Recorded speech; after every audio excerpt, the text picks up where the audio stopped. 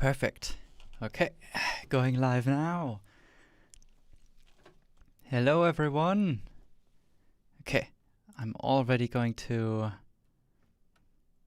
send a comment and pin it, because this is not just a stream where I do some stuff live, I also answer questions. So if people have any questions, they can just tag Blender Studio in the chat.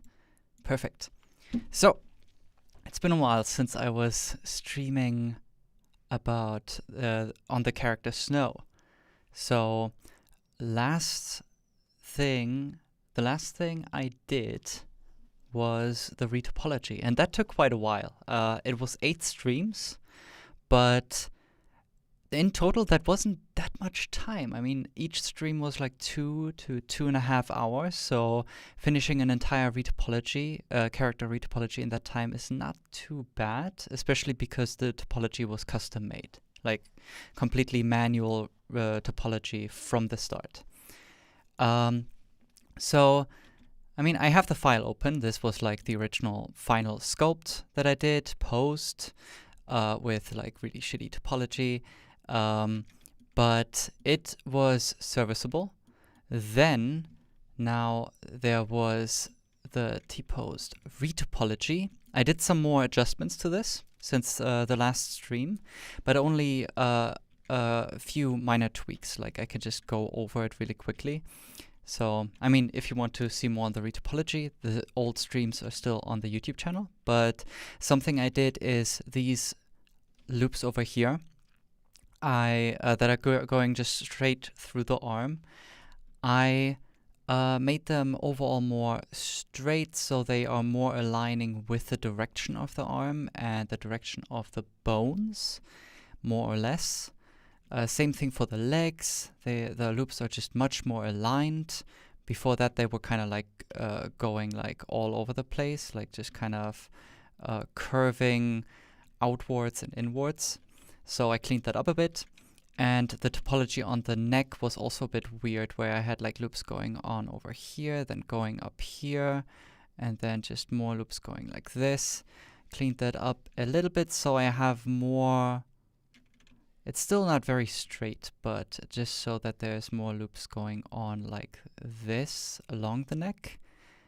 Still not super happy about this situation over here, but overall it still kind of follows the direction of the neck, so it's fine. I did the same thing to the clothes, and that is basically it. So now it is about getting into UV mapping. I'm not sure if I need to do a lot of an introduction of what UV unwrapping is. I mean, UVs are essentially like you place seams on the topology of your object. Then you can like cut it and lay it out in a 2-dimensional way. So you have it unwrapped, like the same way how you would unwrap, like, I don't know, like if you have a cube made out of paper and you kind of like cut it from a piece of paper, you cut it and then you start folding it into a cube. It's essentially the same, but in reverse. So we can then lay on top a texture, and that texture knows exactly where to be placed. So I'm going to show some examples about this now, but first off, I'm going to add a new workspace. So whatever task you need to do, like there's a workspace for pretty much anything. In this case, there is UV editing. So this way, I immediately have a setup for UV editing ready. Now, I would still like to do some adjustments on this. First of all, I don't need these menus over here. If I have like a 3D viewport that is really thin, not everything fits in the header anymore. And to save some space, what I usually like to do is right-click on it. Then there's header options here, and I can uncheck Show Menus. Now you can see the header actually fits all of this, because damn it.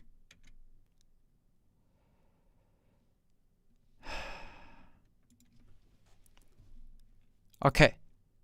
I think everything's working again. I lost internet connection for a bit. That's not good. Okay. Perfect. Now it seems to be working. If anything is up, or the connection is kind of bad, or there's audio issues, just let me know. Also, what I'm going to do now is I'm actually going to start the music. There we go. Okay. Now, from the retopology process, what I did is I actually marked a bunch of loops in specific colors. I just did it to remember certain loops and what they're for. So the colors are what is important, not what they do, because now I actually need to get rid of them. I marked some of these lines as sharps, that's the blue stuff, and as seams, and these I just need to get rid of. So I can just Control E and say clear seam, clear sharp. Perfect. I don't need these. Actually, what I'm going to do is I'm going to select all of these objects, go into edit mode, and do the same. So Control E, clear sharp, and clear seam. Perfect. Now, I would just start with the body, which is essentially the biggest aspect of the UVs. I think because it has the most amount of space of all the objects, like also in terms of like what you would see, the head is going to get quite a few close-ups. The body, not so much, it's going to be mostly covered by the clothes, but then the hands also need a lot of texture space.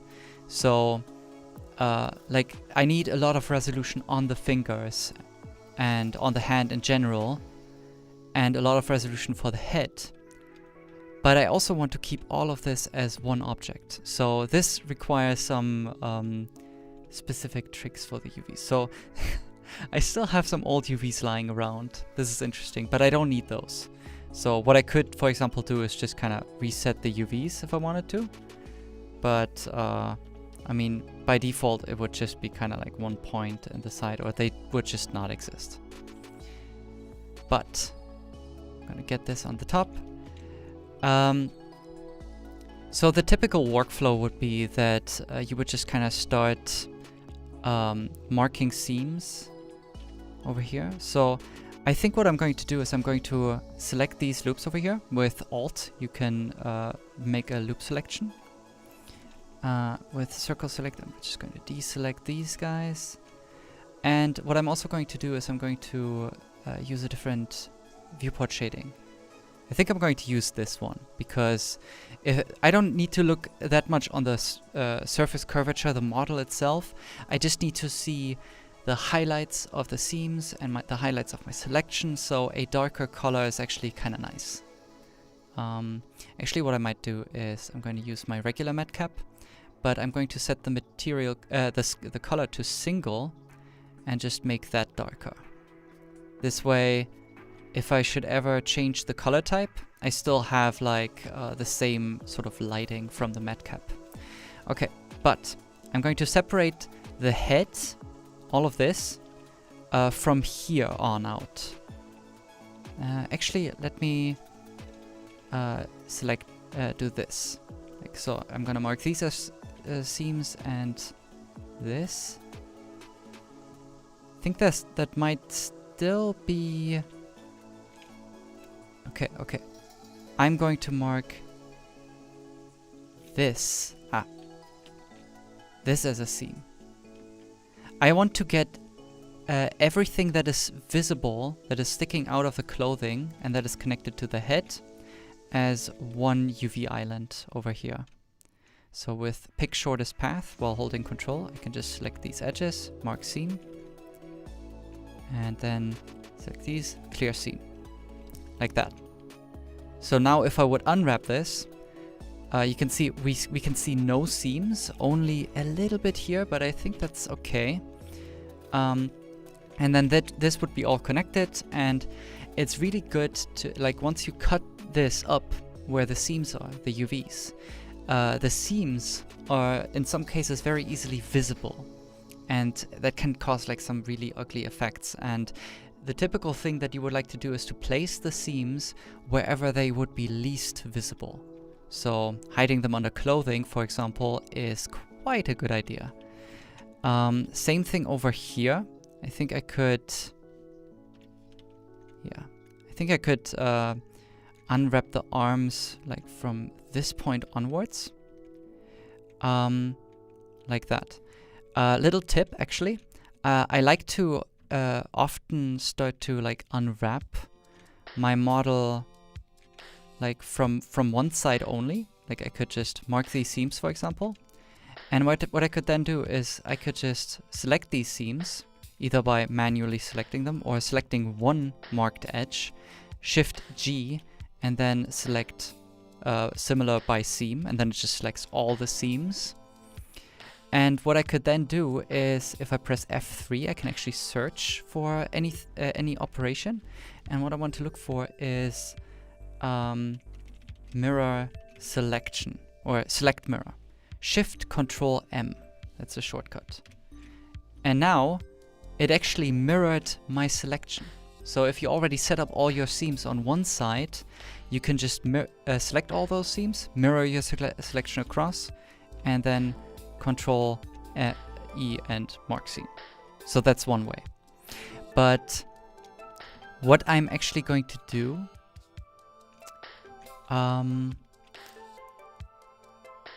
gonna leave it for now. I'm just gonna continue and just get to the later parts if they become necessary.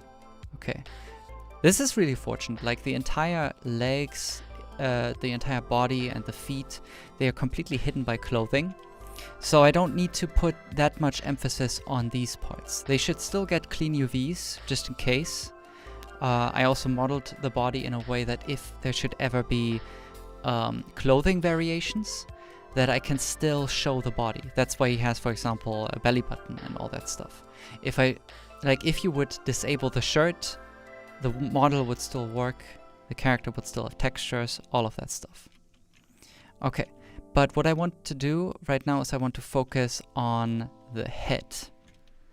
So I'm going to place some more seams, and one of the easiest way to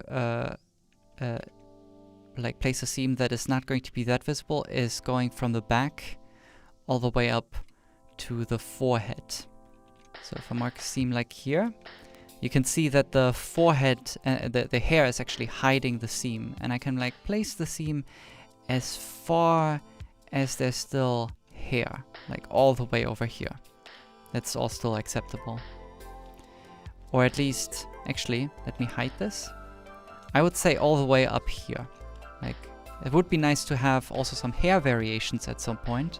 So if I ever want to have like a trimmed cut like this for the character, then the seams still work. Then the seam is only going up to this point. So that's one seam.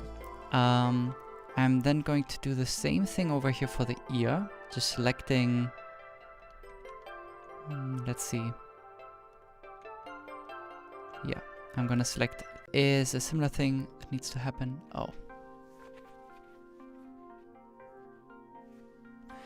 I hope the internet is all right. I think there's a little bit of issues, but just let me know if there's like problems. Then I know at least. Okay, so further towards the inner lips, where the seam would not be that visible, I want to place another one. So we have the outer face and the inner face separated. The inner mouth and the face, like that. Okay, and then so the ears would be separated. The head overall would be kind of like cut open over here and then laid out flat. So I would say I'm just going to unwrap this to see how it looks like, and I'm also going to save. And so far, this is already a pretty good start, but there's still a bunch of things missing. I already see a first question. Are you going to use UDIMs? And yes, for the body, since I want to have different texture resolutions for the head, hands, and the body itself, I want to separate these into 3 different UDIMs. So I will get to that. I will also explain what UDIMs are once I get to it. But I have also... okay, quick, another question. I watch your whole retopology live streams and try to make it myself. My mind is broken. I felt angry that is any easy way to do that. Yeah, that's the thing with... I hope there's going to be better, some retopology tools that will make the retopology process in general a bit easier. So you'd only really have to focus on, for example, the edge flow of your mesh and not like placing each individual vertex. So that's hopefully becoming more accessible and more intuitive, but overall retopology is always going to be a bit of a difficult puzzle. Okay. One thing I generally like to do is, in order to see what the stretching is of my UVs over here in the UV editor, there's an overlay over here called display stretch. So if I enable this, you can see based on this blue to red gradient, how much stretching is happening. Like there's a bit on the ears, but overall, like it's, as long as nothing really goes into green, it's okay. Even green is sometimes still okay. Yellow is too much. But ideally you want everything to be around blue. But in this case, what might be more interesting is the area stretch, not the angle stretch. Angle means if individual faces are like skewed, which is something you want to avoid at all costs. That's just going to show any texture as really terrible. But area stretching shows us the distribution of space. So anything that has, like anything that is more going towards red has way more space, and anything that is going towards blue has very little space on the texture. So this is much more easily visualized if I would add a texture to this. So we can preview textures on the UVs and the 3D viewport in this way. Like generally you start to add a texture at first. So which one I usually like to use is a color grid. I'm going to call this texture color grid. And let's call this color grid 2K. There we go. Usually it's a blank texture that you're creating, but you can just set it to be a UV grid or color grid. A UV grid is very simple. It's just a kind of like black and white checker pattern with little colorful crosses in the center to kind of get an idea of which checker box is part of each, like where it is on the texture. But the color grid gives us just way more information. So this is it. So if I look at this, I can immediately see based on the letters and the numbers, and based on the color, where anything is on the texture. But also the pattern, the grid pattern, is so intricate that it also shows stretching really nicely. So I'm going to unhide all the UVs. And to show this in the 3D viewport, we need to use color and then set it to texture. Unfortunately for now, nothing is really visible, and that is because it only shows the active texture that is used in the material.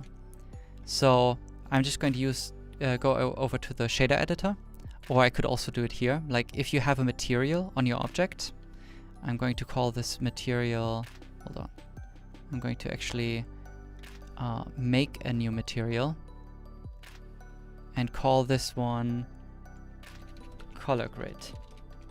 Oh, didn't actually type. Color grid. There we go. Okay. And this color grid is going to get that texture we just created. So you need to plug it into, for example, the base color. You can either add the texture node over here, or you can like click on this little button over here for the base color and then choose image texture, and then you can choose a texture over here, and we got the color grid 2K.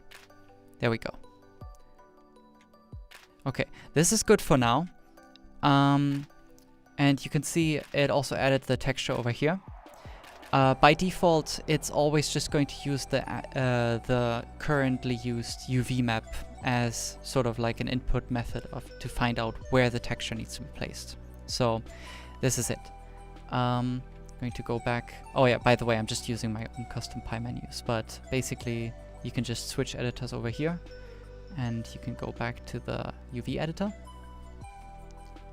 Now, you can really see what this sort of stretching overlay shows. Like these really orange areas, those are these over here, and you can see that the grid size is much smaller over here. It's taking up a lot more texture space, like UV space. And this part over here, this is our little head island over here, and these blue areas around the neck, they take up very little UV space, and that is why the checker pattern is so big over here. And the ideal result is to get the kind of grid size very even everywhere, so that you get a consistent texture density. I also see a question, textile density add-on, are you going to use it? No, I don't want to use that many add-ons for these streams right now. I would just kind of like to go over it with the vanilla features, so which should also be enough. But yeah, there is so the process of placing seams is really just to be able to relieve as much stretching as possible on the UVs and to lay them out as evenly as possible. The more seams you have and the better placement of seams you have, the more evenly laid out you can have this. One of the things I generally like to do over here in the back is to add a seam over here. That way we have like a seam going on right over here, which can make it a bit easier. Now, a little trick that I like to use is, instead of placing seams, selecting everything, like over here, placing seams, selecting everything, pressing U, unwrap to see the result of your seams, I like to use live unwrapping. So that's something you can find over here in the edit mode options, and it's right. Oh, I'm gonna disable auto merge. It's right here in UVs, live live unwrap. So now there's also a separate option over here in UV and then live unwrap. So now if I make any changes in the 3D viewport or any changes in the UV editor, it's just automatically going to unwrap my model. That has multiple uses, and I will get to those whenever they become important. So now if I mark seam, it actually unwraps it immediately. So that's perfect. Looking at this, it's actually interesting how little it helps. So maybe what I could also do is I could place a seam right over here, because this is pretty much, yeah, I hope it works now, come on.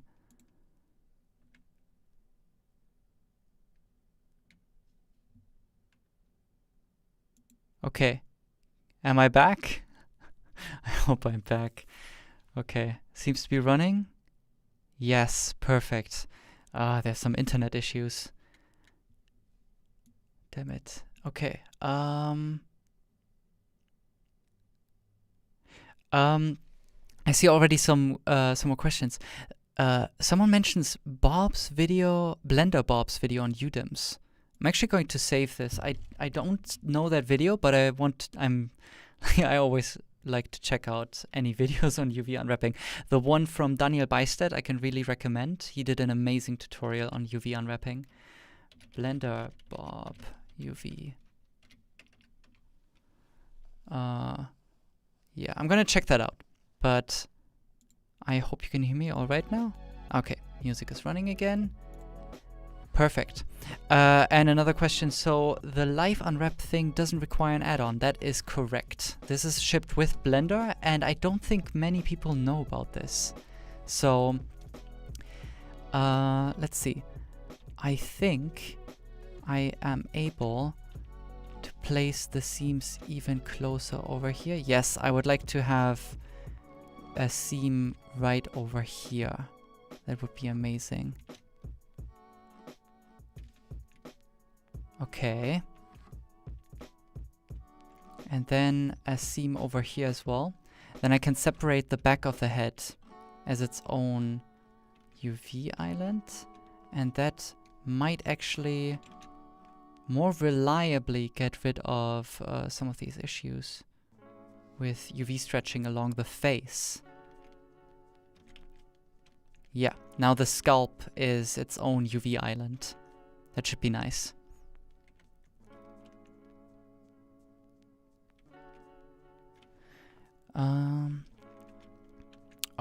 Okay, so let's continue. I think the face and the neck is already going pretty much in the right direction. It's just... yeah, it's... I need to do some tweaking afterwards, but that should be okay. To relieve some more stretching, I'd like to get rid of some of these areas, like the inner eyelids over here. So I can mark this as a seam, then mirror, select, oh, Control Shift M, right, Control Shift M, Control Shift M, and then it's mirrored, mark seam, perfect. Same thing for the inner parts over here of the nose. I would like to have these separated as well. Mark seam. Like that. And that will just relieve a little bit more stretching right over here. Then this is already looking kind of nice in terms of the seams. I think this should be good. Then I'll just continue with the arms, to be honest. And for the arms, I think I'm just going to place the seam on the underside right here. So right over here, mark seam. Control Shift M. I don't know why I get an error message for that, but it still works. Control E, mark seam. Like that.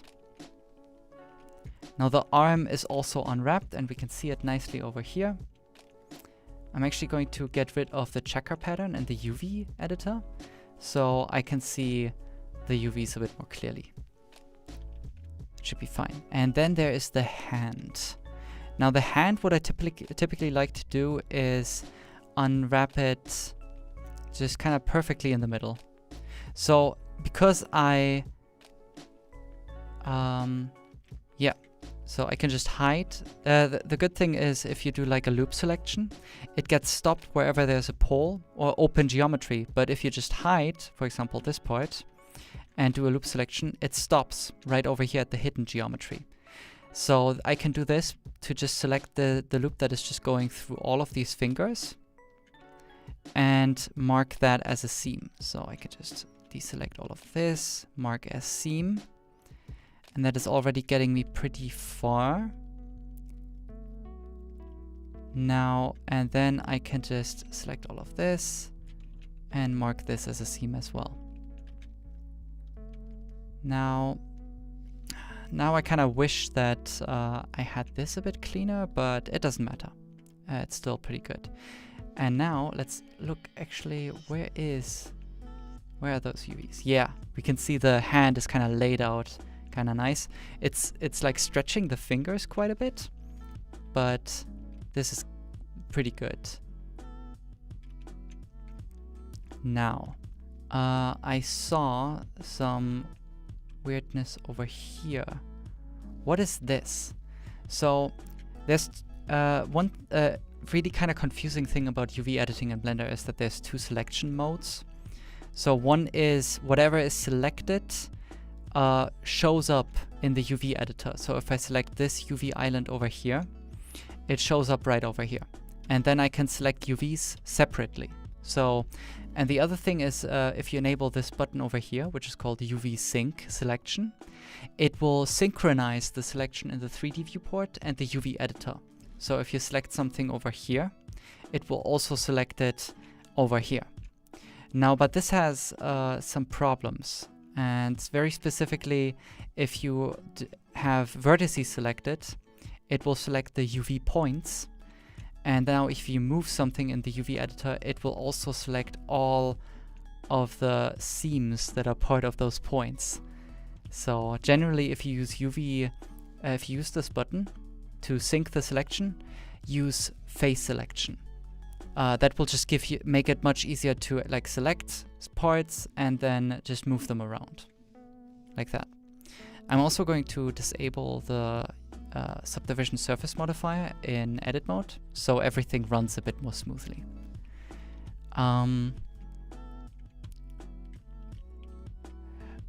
I see a question, why do you have letters and numbers all over the mesh? That is because I am displaying a texture on top of the mesh. So this is used with, you can choose the color option in the viewport, and if you use texture, it's going to use the actively selected texture in the material. So if I go over here in the shader editor, this is the active texture. It's the last one I've selected, and it's plugged into the, I don't even need to plug it into the shading network. It just needs to exist in the material, and then it's going to be used over here as well. So if I would, for example, have a second one, let's just create, for example, let's divide this by 2 and make a UV grid, and this is going to be a UV grid. So whatever I have selected last, this is how the classic UV grid looks like, and I'm using a color grid, which just has a lot more information on direction and where something is on the texture. It has a lot more information in it. And the question, why don't you create an eye back? I don't need it. I'm never going to see the back of the eye hole, so it's just kind of unnecessary topology. Okay. So I'm gonna go back into the UV editor and in edit mode over here. Perfect. Now, still plenty to do. I was at the UVs of the hand, but I think the hands are pretty much fine like this. What I sometimes do is separate the fingers into their own UV islands, but in this case, I mean, I can try it, but I don't think this will give me any big advantages. Like if I select all of these edges over here, which are also looping around, like this, and mark these as seams, then I kind of have something like this. Let's undo this. I also want to, if anything, then also separate the thumb. So if I do this, yeah, we get far less stretching, but everything is much more blue, but at the cost of having more seams visible. This will be a bit tricky, but I think I will keep the seams for now and try to relieve the stretching a bit later on. Try to place as few seams as possible, and the few seams that you do place, hide them as best as possible.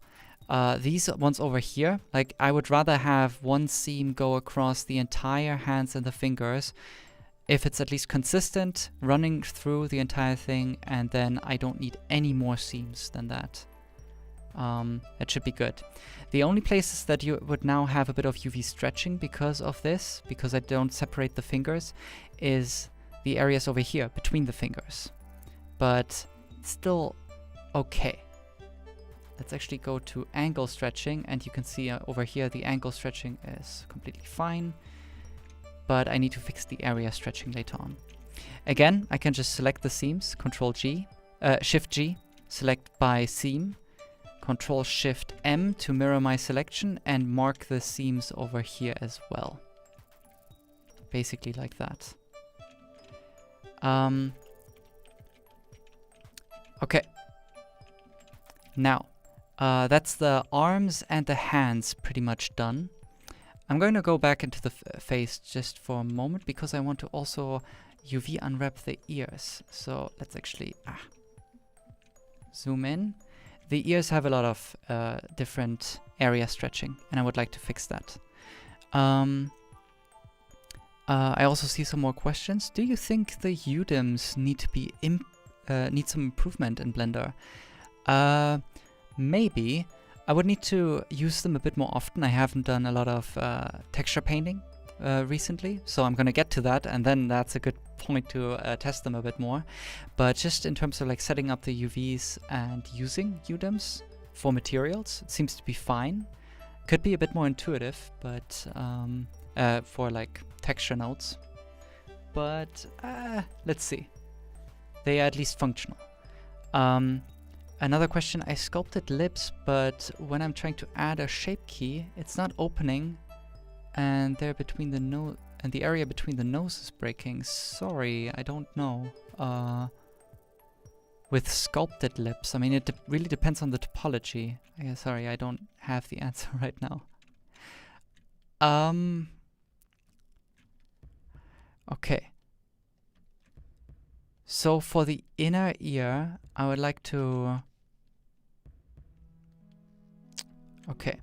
So I guess one thing I typically like to do is to kind of separate the back side of the ear from the front side. So let's see what this does. If I do this, how much stretching will still be there? It seems to be fine. This is pretty much what's causing a lot of stretching. If you have like a mesh that is wrapping around and has like multiple sides to it, try to separate those sides. It's the same principle as with a cube.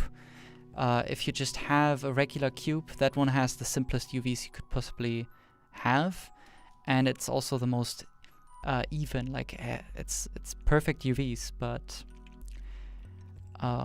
because it has no stretching. Well, it has a lot of seams, but... Okay, so... The only thing that's really still like causing like some wrapping around is like this tragus over here, but I think I can live with that. Again, I'm going to just select this, Control-Shift-M, and Control-E, mark seam. There we go. Now I have that same setup for both sides of the ear. And now it is really getting to the body. And for this, I'm just basically going to add a seam on the shoulders over here. Same side on both sides, same edges on both sides. And I would, I generally like to separate the body over here into the front side and the back side. I can also mark seams over here. And yeah, and just, oh, and mark, not a crease, mark a seam right here. Forgot one edge. And here's a little tip as well, which I like to use a lot during UV editing. And that is, you don't even need to like path select something and then Control E and mark seam. There's like some little extra options over here that you can see popping up. Pick shortest path. You can open that up. And now you can change what the shortest path selection actually does. And there's options here to either select the edges or tag them as seams. So now, if I pick a shortest path with Control and select, it actually, instead of selecting them, it actually just marks them as a seam. I I don't think many people know about this. So now looking at the body, this is kind of like nicely and evenly laid out. There's still a connection over here, and I don't like, it's getting a bit difficult to select it over here, like to get in there. So what you can also do is you can just select something in the UV editor right over here, Control E, and mark as seam. It's working in both editors, like that. Now I have the front side and the back side nicely and evenly laid out, like this. Now the legs, I'm pretty much just going to handle the same way as I did the hands. First off, I'm going to select these edges over here, right there, and then I'm going to tag seams over here on the inner side. I think that is the best place to hide seams overall. Oh, misclicked somewhere over here. Perfect. Like this. Like, this is where you would at least, the least see the seams actually. I think I'm actually going to... Yeah, this is fine. This is fine. Okay. Now I'm gonna do the same thing over here. Now I'm just going to Shift G, select seams, Control Shift M to mirror my selection, and mark as seam. There we go. I see some more questions. How do you mirror the seam? That's with if you know that there's something that exists in Blender, but you don't know how to use it or where to find it, you can always search for it. So F3 brings up the operator search, and then you can search for mirror selection, or yeah, if you search, for example, for mirror selection, it still knows which operator you mean, select mirror. So if you then use this, it's just going to show up, but it also will show you the shortcut. In this case, it actually doesn't, so mirror select, because there's two different types. Okay, so there's this one, also select mirror, and it's Shift Control M, like that. Another question, do you have a YouTube channel? If you mean me personally, yes, I do. You can look for Julien Kaspar, but I haven't uploaded anything there for.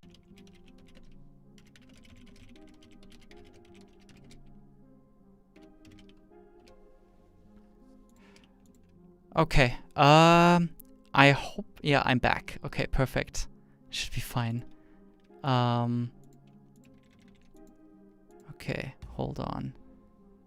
I'm actually going to really quickly let people know I have some internet issues. Okay, just to be sure. Okay. Perfect. Okay. Let's get back to it. Sorry about that. So I can pretty much do the same thing I did for the hand with the feet. So I like to select the sole over here, mark as seam, and then I need to select the edge over here, tag them by just picking the shortest path, and that's basically it. Now no one will ever see the feet, because I also didn't model them so that they are going to be visible. They will always be instead be hidden under shoes, but I still like to add at least some rudimentary UVs. That should be fine. But now I have basically all of the body laid out. I'm gonna save, and now I can at least basically fix it a bit further. I'm also going to quickly check out.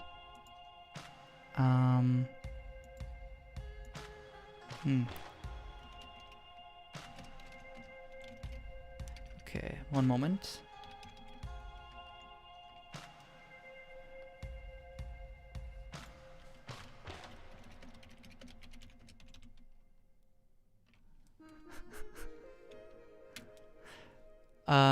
Well, the internet is going to struggle sometimes a bit. That's a bit sad, but it's not completely dying. I'm going to be back anytime it fails. I see someone ask, what's the poly count? Well, in the retopology live streams, I also mentioned that I don't care too much, but I can also turn on statistics over here so you can see it directly over here. So for the body, it's not too bad. It's around 9,500 faces. But here's the thing. I want to clean up the UVs a bit more. So I kind of laid out some really nice seams so everything can be unwrapped in a great way. Now it needs to be cleaned up more. I'm not specifically to fix the stretching over here in terms of how much space they take up. And also I would like to make the UVs symmetrical. That's another thing I like to do, especially for film productions. And if we could, for example, use 2D image software, 2D image editing and painting softwares like Krita or GIMP or Photoshop, then having symmetrical UVs is really nice because you can just mirror stuff across. And also I want to set up UDIMs. So there's still plenty to do for the body, and I would like to do that all in this stream. So one of the things that are unfortunately the case is I just retopologized the model. No one else is using it right now, so I can still change it to an extent. And what I would like to do is to get mirrored UVs. The easiest way to do this is to actually get rid of half of the mesh. Like just hiding the mirror, the center loop over here. Ooh, it's still connected somewhere. Yeah. Oh, I also messed up over here a bit. This is meant to be connected. Okay, hold on. I would like to check this out. Yeah, there was an issue over here with the inner mouth. So luckily I caught that. And now let's do this again. Selecting the middle loop, which goes all the way through the entire body, hiding it, and then selecting the left side and deleting it.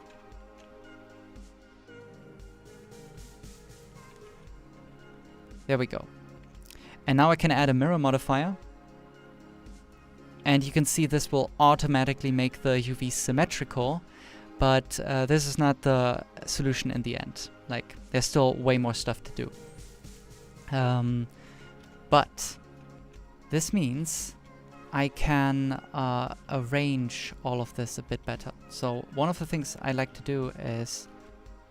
Hold on, I still didn't UV unwrap the inner mouth properly. Okay, in this case over here, again, even though I already have... Okay, even though I already have the split, I would still like to add the seam there, just in case. Okay, everything was... Let's unwrap everything again. And now it's taking up a lot more space. That's good. But that is not the solution. I don't want everything to, like, one half to fit the entire UV space over here. I want it to fit one side. So I'm just gonna move everything over to the side over here.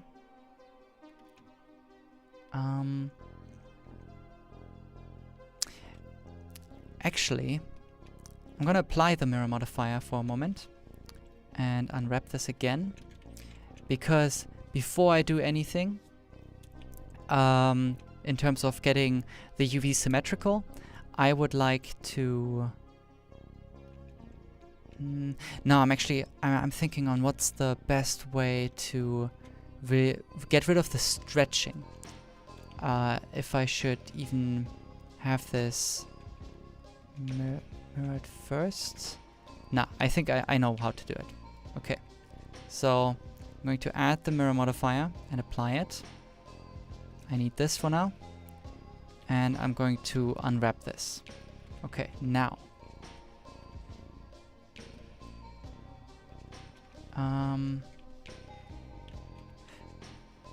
Okay, so I want to rotate the head over here. Also, I don't care too much about like where the UVs are, but let's see. I have the head over here, and I would like to, before I even split this up, to just select the middle loop over here and pin it with P. So by selecting these points and then pinning them, basically they will, I can still move them. Like if I select this point and move it around, I move it, but you can see what happens. It's actually, it's a bit hard to, it's actually a bit hard to understand just from seeing it, but essentially what is happening, any pinned points will not be affected by UV unwrapping. And so they will always stay in the same place if you UV unwrap again. But if I have live UV unwrapping enabled and I move any of these points, it will still UV unwrap everything live constantly. But these points that I pinned, they will not be affected by that.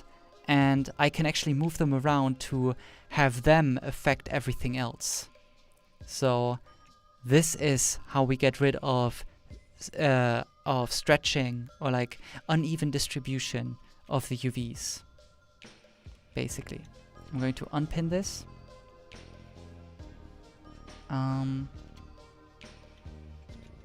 Let's see. I would like to also pin. Let's see.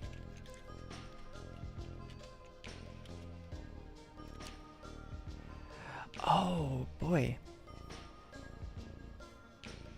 I actually forgot something. I wanted to, before going into into retopology, I should have done that before. I wanted to add a shape key for closed eyes, because if you have that shape key, you can just shift in and out between closed and open eyes. But if the eyes are closed, it's just way easier to unwrap the eyelids in a way that that there's no UV stretching. But in that case, I might actually just do it the hard way. Okay, let's see. So what I will do is I will select all of this. I will mainly work with the right side of the mesh, because then because I'm later going to just mirror everything across. So the right side is the most important side.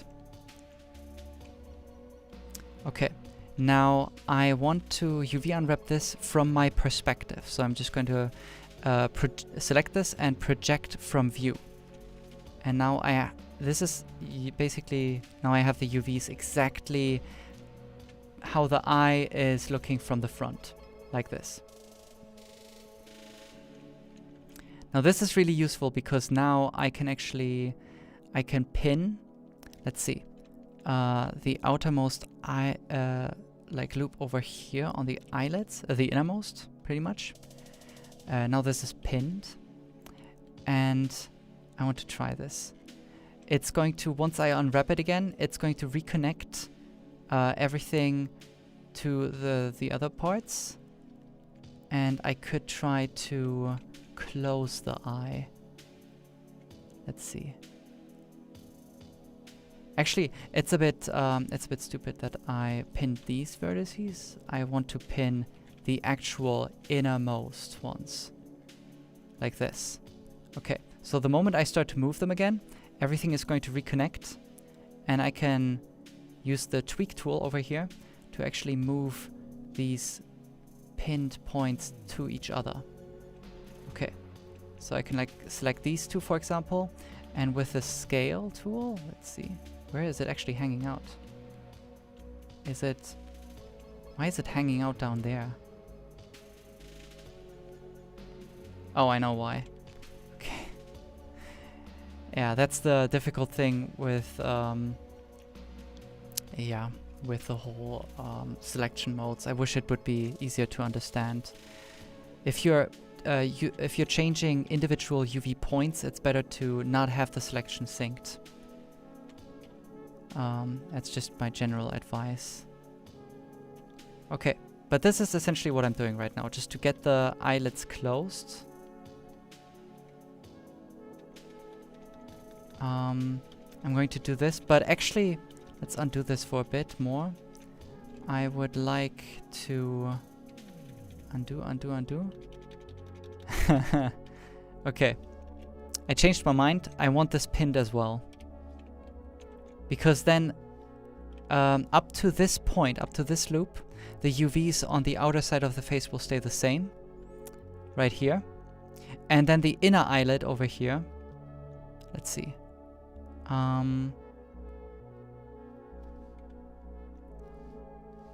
Not this loop. Still a bit confused. Okay, hold on. There we go.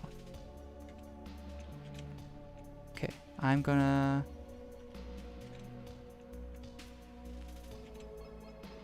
Let's see. Yeah, I want to unlink the selection. I want to have these points pinned. Now if I move this, they're going to immediately connect to these. So now I have the eyelids, at least these ones, perfect. They look exactly like you would look at them from the front. But, so anything in between here, we can still change. So now if I scale these down,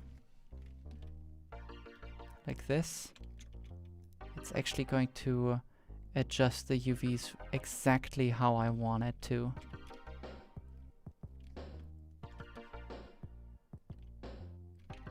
Like that. Ah, come on. Now this is causing a bit of uneven distribution, and I want to fix that. Let's see. This is usually the trickiest part, in my opinion. Getting like something like this with eyes that are open in the topology, but I need the UVs to have the UVs with eyes closed. But this is at least making it a bit more convenient to work with when you pin UV points, and then you can just freely adjust these. You can move them around, you can scale these points. Anything else is just going to adjust to them. Like that. And these are the red points are the only ones you really need to worry about. Anything else is unimportant. But I have neglected the chat for a while, so let's see, there's some questions maybe. It seems like you have some double vertices, if I saw it correctly. Double vertices, what? Okay, I need to check that. Okay, so I have everything selected, and I merge by distance. You are right. I don't know where though. Well, thank you very much for the tip. That should not have happened. What more? Do you do cloth simulation? Not for this project. What does the letter indicate on the UV? It indicates position on the texture that I'm using to preview this. So it's just kind of putting a texture on top, and then I can see the scale of the UVs and where they are. It's just making it kind of intuitive to work with. Do you know how to make a subway in Blender as a beginner? I'm sure there's tutorials for that, especially on YouTube. There should be a pinning function like that in the 3D view for retopologizing with an existing mesh. I agree, and I hope that will be implemented at some point soon. Not soon, but there's like ideas floating around on how to do that. I'm promising nothing. Okay, let's see. Here's another thing. Instead of moving these points, I can actually use the grab brush. And because Like, and then I can just like move anything over here. Now, right now it's just moving like any UV point, but I'm mainly just interested about the red points that it's grabbing. And then the moment I start to just move one of these again, it will just readjust all of the other ones, like that. Okay. Now the eyelets have way more space, like that.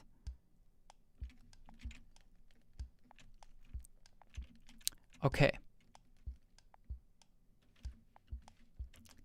Now, I wonder, what if I use proportional editing? I haven't used that in a while in UV edit mode. Let's see. Ooh. Proportional editing is actually using live unwrap. So now, yeah, I'm gonna use this. So now if I use the tweak tool with proportional editing, I can actually control the stretching of my UVs much better. So I can just like move this around like that. I could actually like pin these points over here as well. And then I get even more control. So I can just like move these around a bit more. Just so I get everything to somewhat the same color. I want to have everything as the same kind of yellowish green. Like that. Perfect. Now, of course, I need to keep in mind not just this type of stretching, which is the distribution of the UVs. You can see it over here on the right, like how big the checker path stream. It's a bit sad, but next time this will be fixed. I hope this is still informative and maybe a bit entertaining. I don't know. It's a bit sad, but anyway, as I was saying, I don't the distribution or the area stretching, which is like these colors, is not the only thing I should be worried about. I should also keep in mind the other one over here, the angle stretching. And that is how much each individual point, UV face is being stretched. So let's say I'm actually, I mean, I can't show that a bit. Like if I like do something like this, you can see how much these quads over here are becoming like really stretched, like to, like really sheared. And that just makes it really ugly of just like mapping a texture on it, basically. But I'm going to keep the angle, the area stretching for now, and use this mainly. Okay. So I wonder how I can get this all more towards green. Let's see.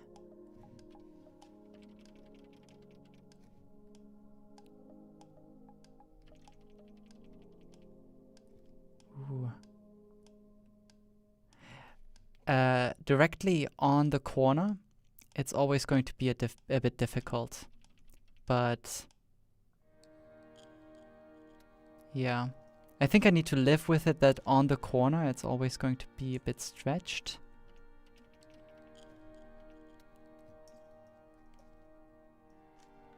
But this is good. Like that. Okay.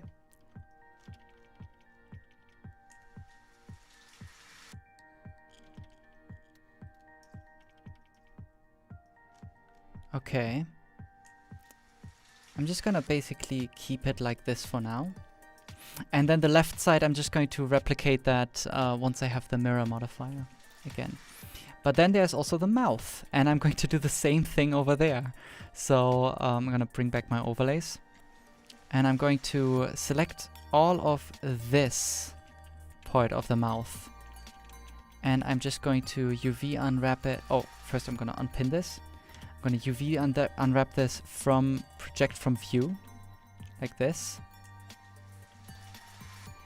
And then let's pin some of these points. For example, these. Let's see.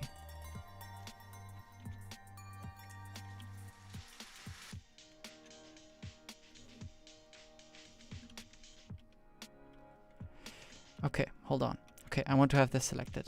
And I'm just going to pin, let's see, these over here. I'm going to pin them as well. Now this is all pinned, and if I scale it down, it shouldn't change that much. Now this is going to be tricky. I also want to pin, no, I'm going to select this. Yeah, and now it explodes. Damn it. Okay. I'm going to disable live unwrap for a moment, just so I can, reposition this. I want to get this exactly in the right spot. Okay. I'm also going to pin the middle, like that.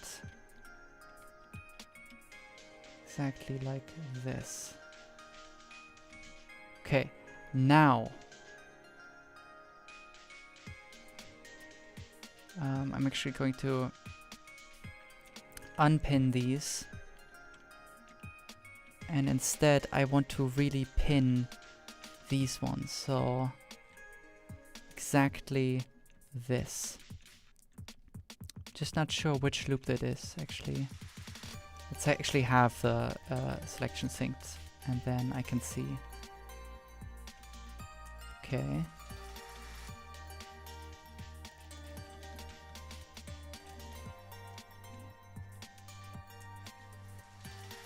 Okay, I'm gonna pin this.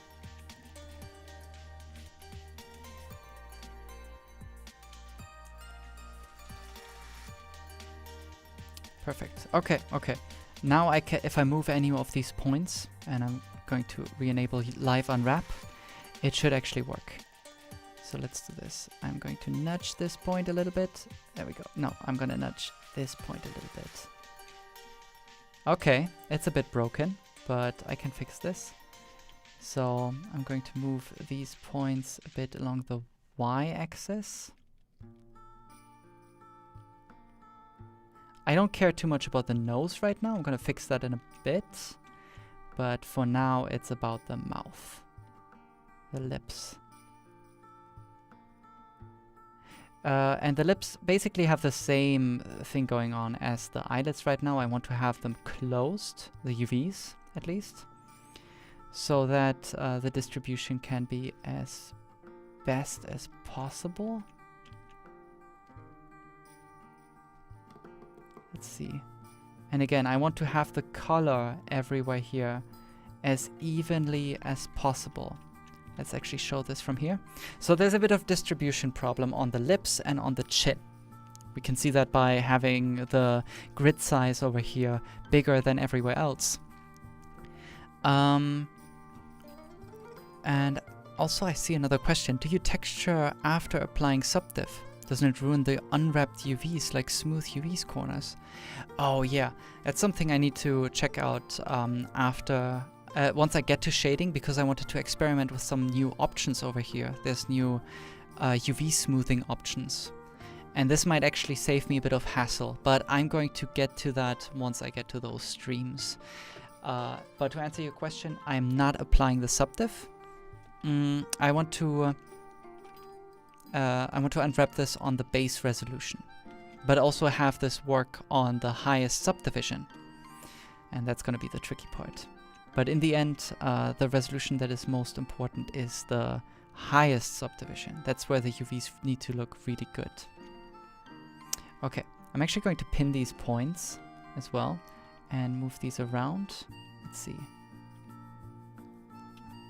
Okay, I'm just gonna worry about one side. Okay.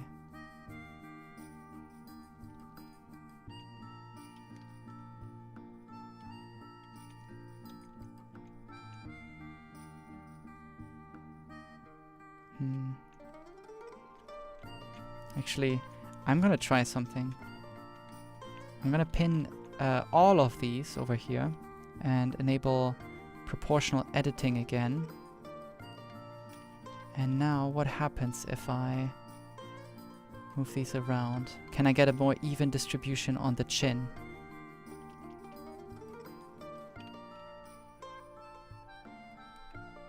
Oh, also, if any of these points leave the center axis, I can just set the 3D cursor to here with cursor to selected, Shift S, cursor to selected, and then I can just scale these along the 2D cursor. Like you can find that setting. Hold on. Oh, over here on the top right. So I'm using this as the pivot point, and I'm scaling all of these points back to the center. There we go. Okay. But I think this is already working a bit better. I'm also going to pin all of these points. And I'm going to move this around a bit more as well. And here on the right side, we can see it's actually kind of nice. If I subdivide it, yeah, it's even better. And I want to use the median point again as the pivot, like that. And I'm actually, let's see, can I actually hide this? Yeah, I can. Perfect. Because then it's not actually affected by what I'm doing. I want to do the same over here for this. So now if I move this around, it's actually kind of, it's isolated little changes. There we go. Oof. It's a bit tricky to work with live unwrap. Sometimes it's swimming around a bit. But overall it works really nicely. I think it's the best way of editing UVs in a relatively intuitive way, in at least for unwrapping. Let's see. Now the mouth is still pretty, yeah, it's using not enough space on the UV map. So how do I fix that? I want to use proportional editing again. Oh, I also want to fix the points over here.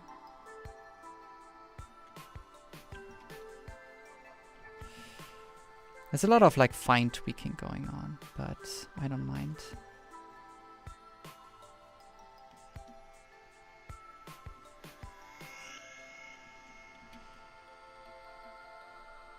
Let's see.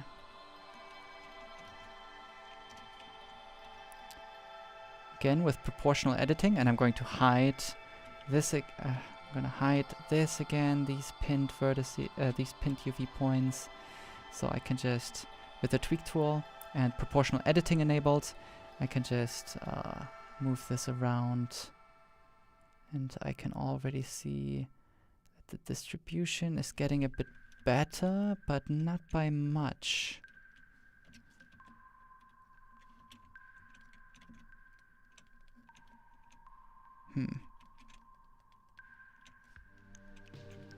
It's not going to be perfect in the end, but I would like to get it as close as possible to perfect.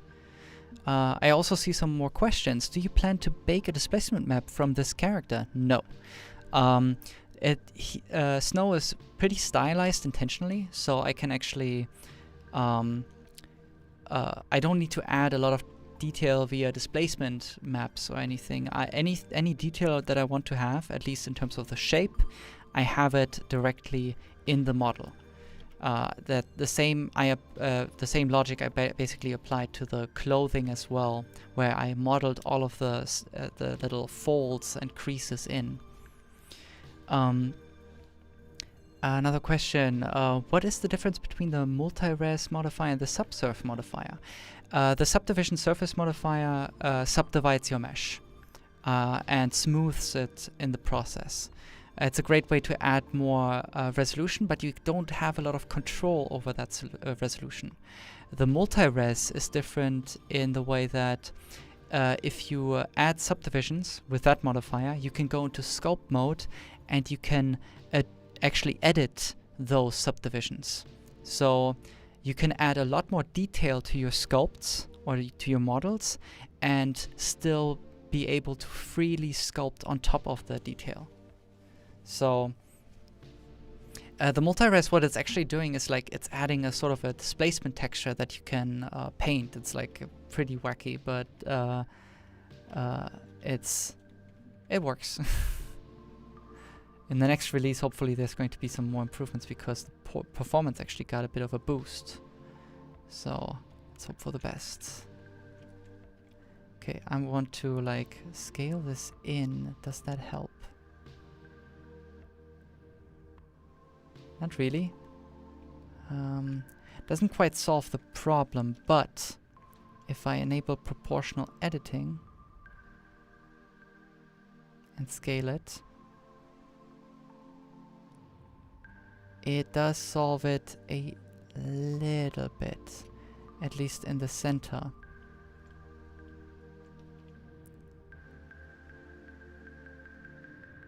Yeah.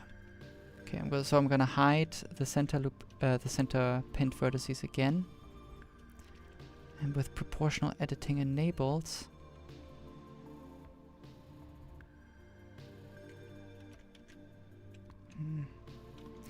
nah, maybe this is not such a good idea.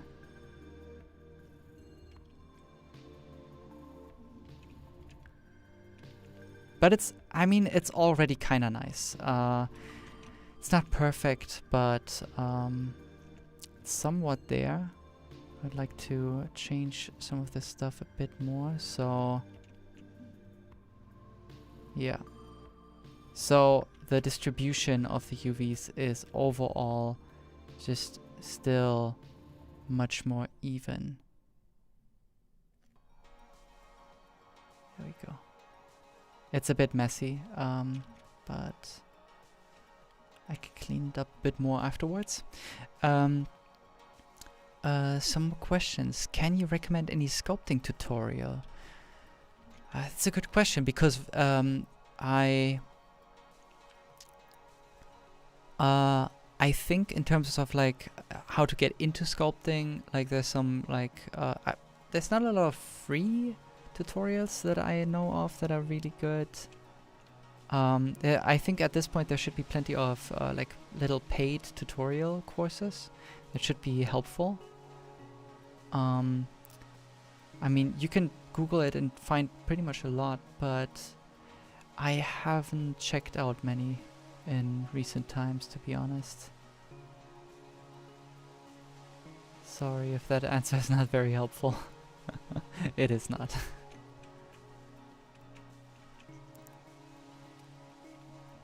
Okay, let's see.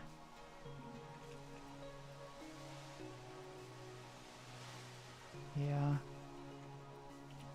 Let's see. I want to fix some of the uneven distribution on the nose. But I'm not sure how much I can actually do that.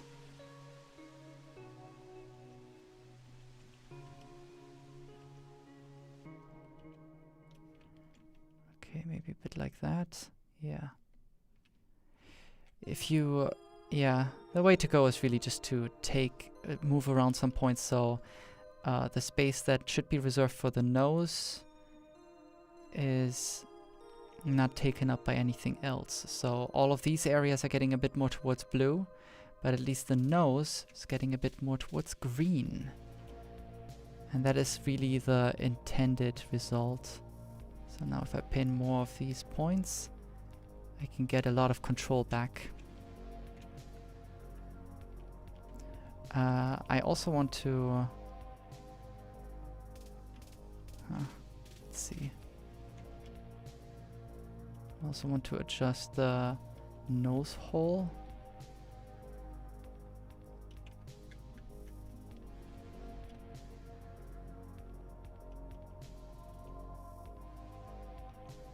Let's see.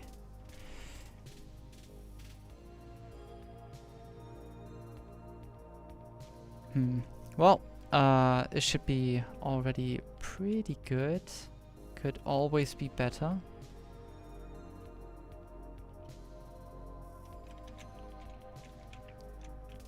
Okay, and again, some of the points over here in the center left the middle, and I would like to get it back to the middle. So again, use the cursor as the pivot and scale it down on the X that way. Okay. Now I could do now that all of this is pretty much wrapped up, I could also do the same thing for the rest of the head. I can like pin some of these points over here. And then I'm going to focus primarily on the right side, and I can immediately see how the distribution changes. So I generally like to pin these corner points.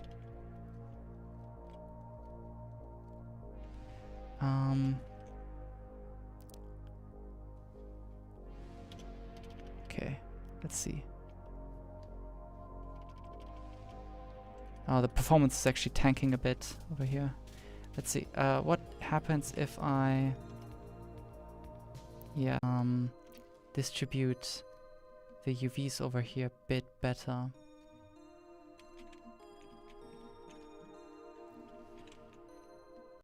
Over here, and also overlaying UVs, that's pretty bad.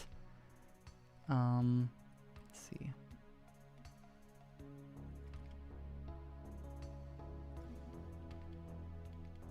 Okay, but it's not too shabby.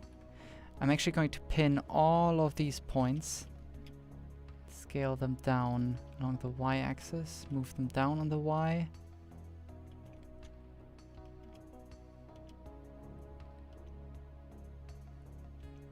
All of these points as well.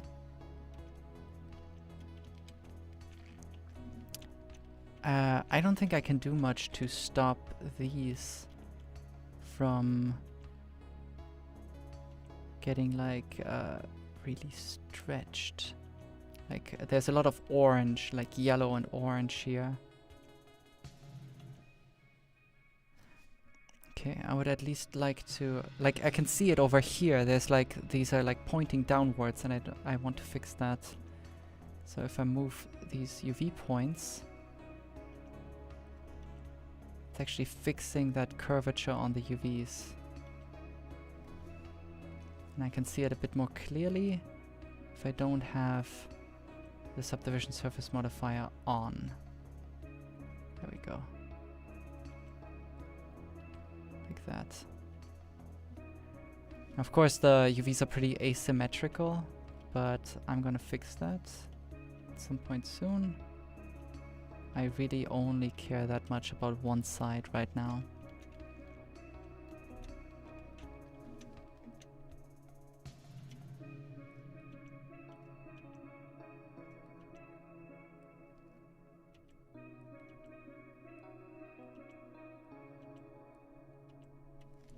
Perfect. Okay. Now, let's see.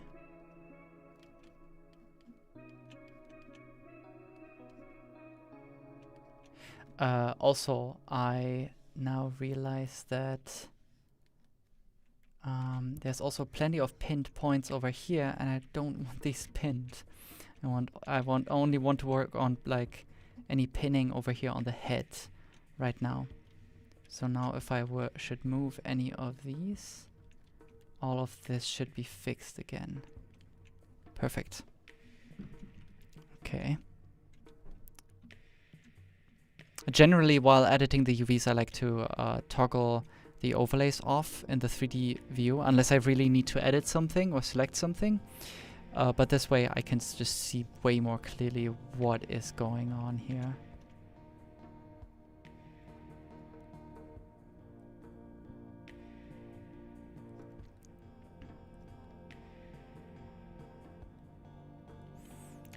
Okay, not too happy with the lips, but it's not terrible.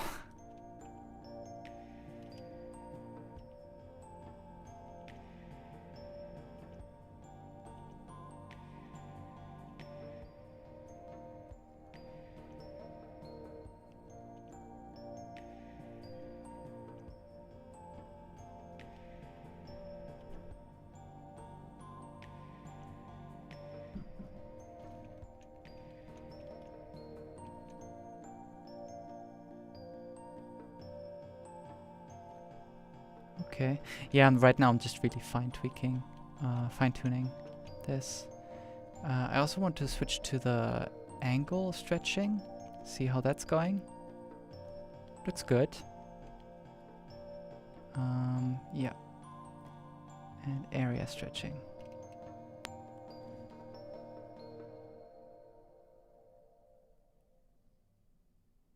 there's a sweet spot here that I need to strike. Over here as well. Same thing here. Move some of this stuff around so it's just overall more.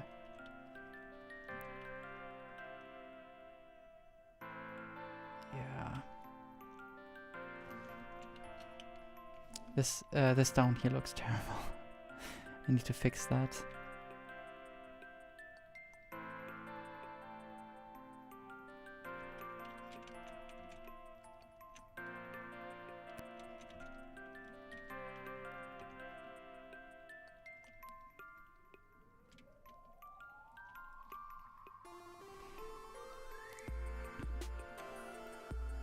Sorry if I'm not checking the chat that much.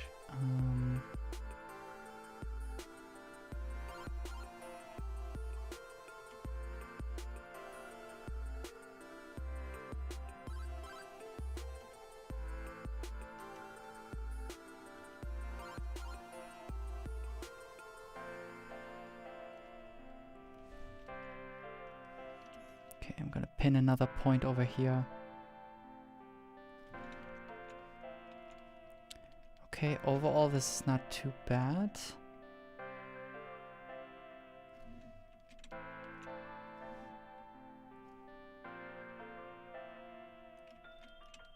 Yeah, this is not good.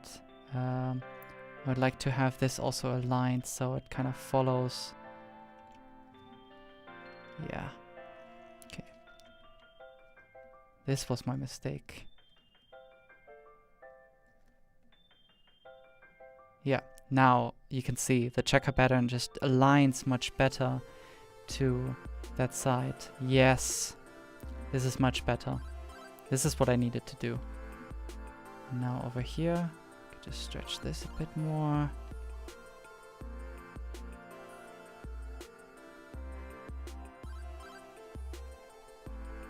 I'm actually going to pin all of this and scale it down on the X so it's actually perfectly straight. Just like the middle one. Nice.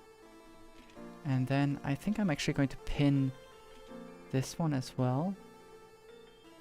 Just to get this also a bit more right. Okay. Perfect. I have one of the sides basically figured out. Now I can basically just select all of this. Let's see. And just move it over here. And continue with the others.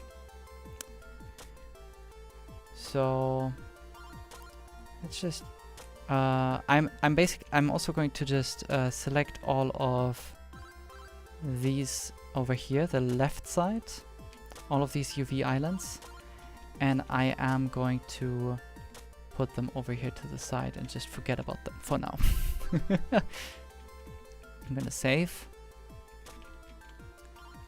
And I'm going to continue with the arm. So, the arm. Oh god. No, the internet. Is it? No? The internet is fine? I hope so. Okay.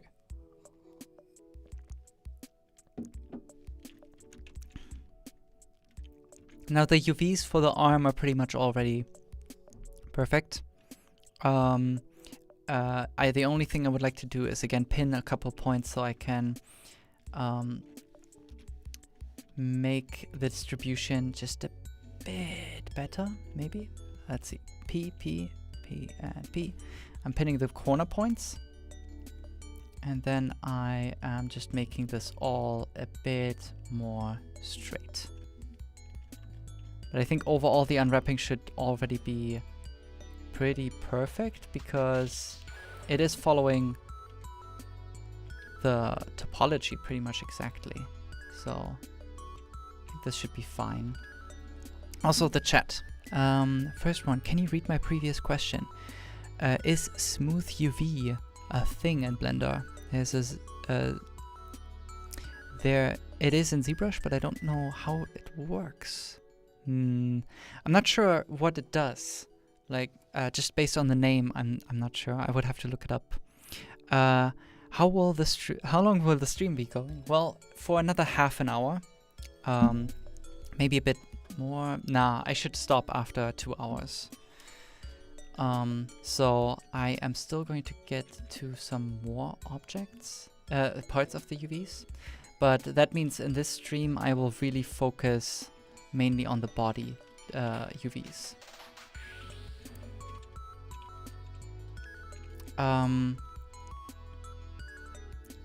I think I'm going to skip the hand for now and work on the body. Now what is important for the body is, just like with the head, I want it actually to be centered. I want it to be exactly in the center of the UV map. And I can do the same thing for the body, so that the loops in the center really align. And this is the back, and this is going to be down here. Distribution on the UV space, I'm going to do that afterwards, once I have everything set up. So, now, again, I'm going to pin all the ones in the center, also for the back.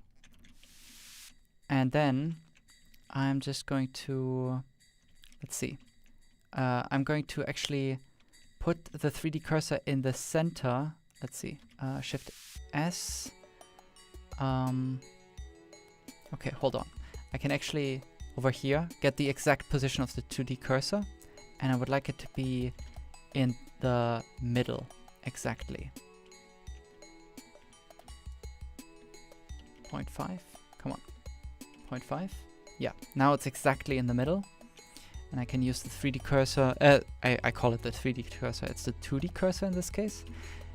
I can use it as the pivot point and scale all these pinned pin points along the x-axis to 0, and then I know that they will be centered. I can again do the same thing over here, like that.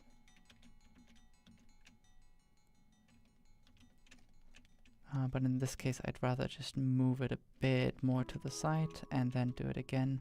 I don't want to mess up any of the UVs. Okay, and now I can actually continue. I think in case of the UVs for the body, it's actually already looking really good. If anything, I would maybe like to have it follow the topology, the shape of the object a bit more. So I'm pushing this a bit more in, just a bit. And this is also really good. So I actually don't have anything to complain over here. The UVs are already perfectly functional, like they are. Okay, perfect. And then the back of the body, I can again pin some points.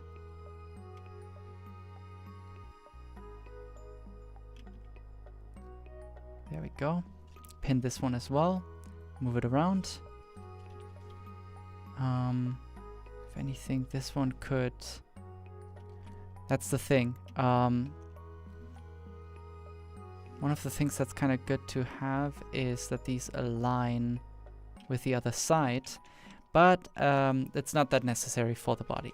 But now I think is actually a good time to mirror the have the UVs basically symmetrical. I'm just going to put all of these UVs kind of where they belong. I think this is the scalp, so I'm actually going to put this down here and scale it way down, put it in this spot right over here, nice and neat. Then there is the foot, which can go over here. The inner mouth. Now that's interesting. This one I don't care too much about. Like, it can just be on the side. This is the sole. No, it's the foot. This is the sole. Yeah, I can just bring all of these over here. Okay.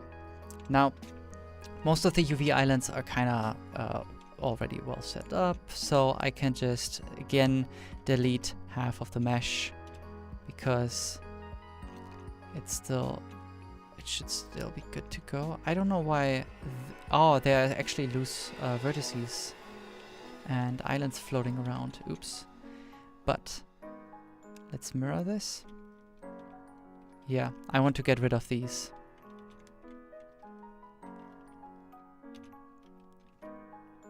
Yeah, perfect. And now the UVs are actually perfectly symmetrical. But that is only because right now this side over here is mirrored across on the other side spatially, but they have exactly the same UV position. So right now the UVs are actually not over here on this side. They are not over on this side, they are over on this side. They're on the same location. So let's fix that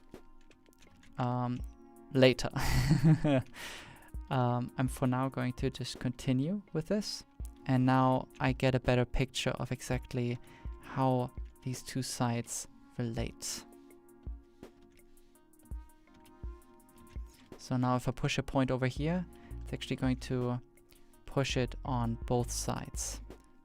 So I can just pin this point and I can align I could align these perfectly with each other.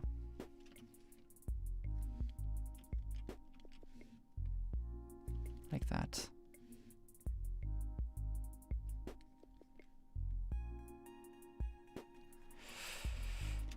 There we go.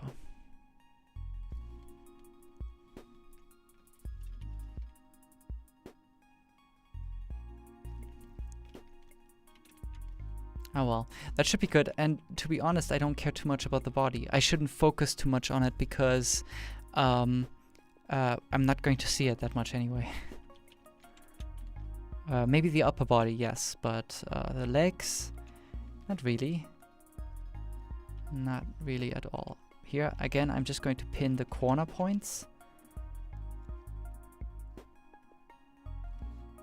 So again, I can align this a bit more so the UVs are straight. Sorry. There we go. Like that. Should be good. Put this a bit down so it's using the space more evenly. And for the foot, I don't really care. That should be fine. I'm gonna save.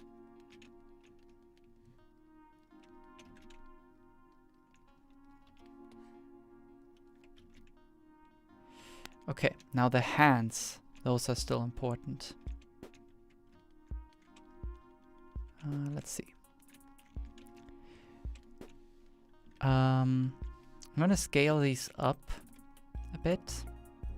I'm gonna fix the difference in scale of these different UV islands later, but for now I really am interested about the stretching.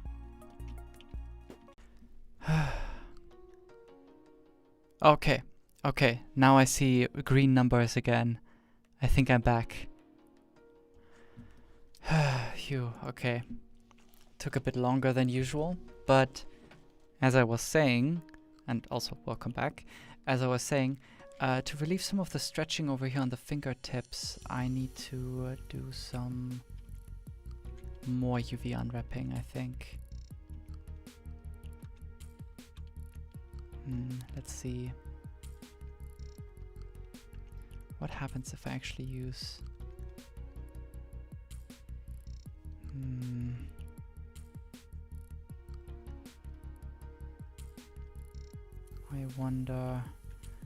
I wonder if I should... Okay, here's the thing I want to do.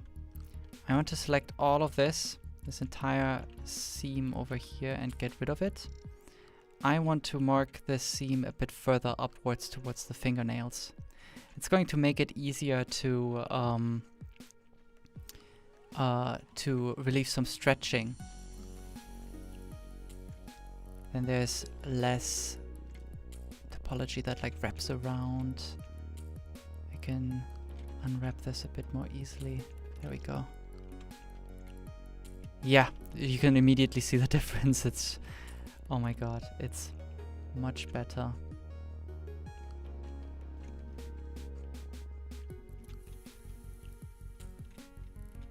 What's what's going on over here?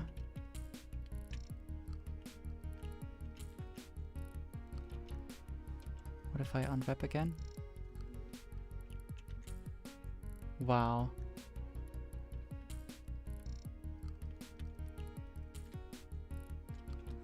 I should have pinned the shoes over here so they don't actually move away. I just need to pin 1 point, I think. Actually, 2. If I have 2 points pinned, then it has a sense of scale, rotation, and position. Like if I move this point, I can like scale it, I can rotate it, and I can move it if I move both points. That way when I unwrap, it should not change all of that as much. Now, but where's the hand? I got the upper palm and the lower one, which now has the significant stretching going on. Okay, but the upper hand looks fantastic. Okay, so what I want to do is I want to like pin these points over here on the wrist and these over here on the tip of the fingers. Maybe I should also pin these ones over here. So now I can move all of this around a bit more.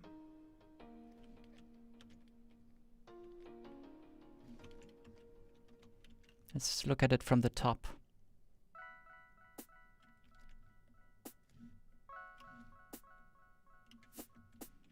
I think I'm also going to pin these over here. The center loops pretty much at the center, because then I can like get a bit more control over the bending of the fingers over here. There we go. Now this is a bit more nice and straight. And also I can then inflate the tip a bit more. I'm going to do another thing. I'm actually going to select this loop over here in the center, like basically the border loop for the fingernails, and I'm going to place seams there as well. It's going to relieve a bit more stretching, and at that point I will have a transition anyway with different textures. So now we can immediately see the stretching is much less. There we go.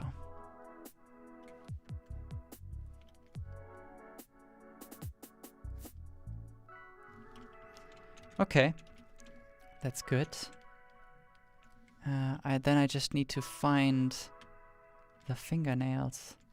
They're over here. And I should pin 2 points for each of them as well. Like that.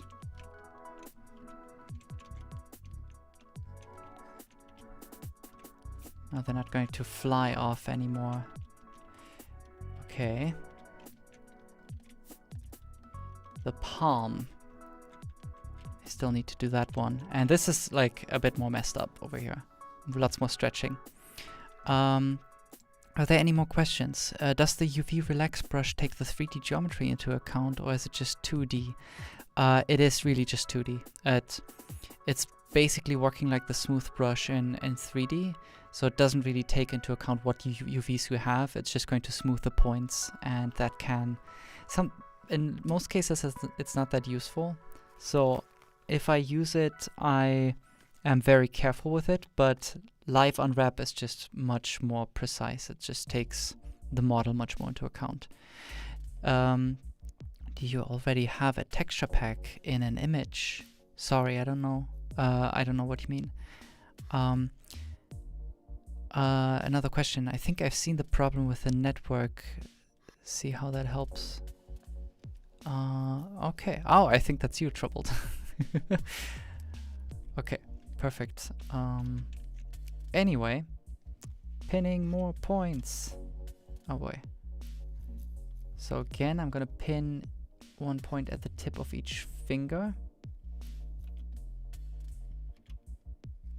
And that should at least help somewhat.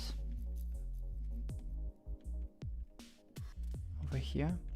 And then I'm also going to pin the middle in between each finger, 1 point. That should also help to some degree. Again, I'm also going to pin, oh, first I'm going to straighten the fingers a bit more. I'm going to pin one loop over here at the center to get a bit better control over the angle and the bend of the finger. So now I can do something like this.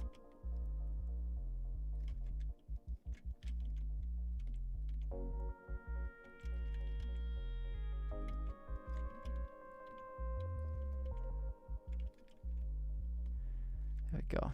Inflating them a bit.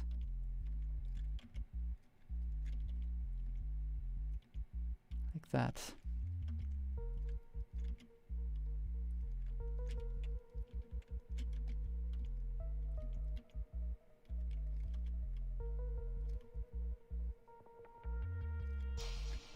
This is a bit tricky, and I think I need to have some rotation on the fingers by default.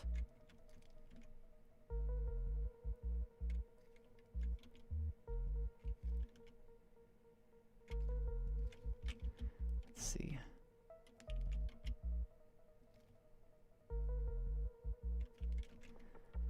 I'm going to move all of this a bit further to the side.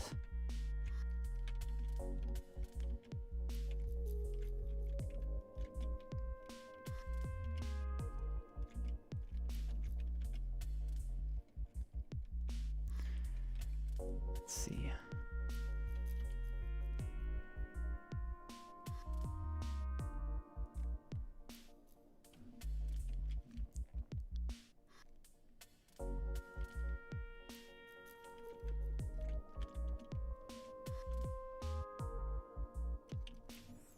Yeah, I think I need, for this part of the UVs, I need to embrace the rotation, like the angle of these UVs.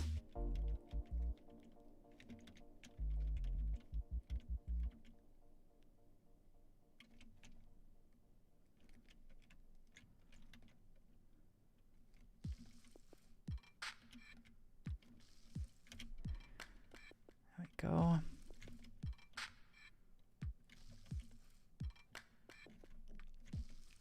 I just need to make sure that all of this has the same amount of space on the UV map. Between the fingers, it's fine if there's a bit more stretching. There should just be no overlap. So that's what I need to be careful about. So what I could do over here is I might actually use the UV smooth brush for once. But I need to turn down the strength significantly. Oh, Jesus. Still really strong.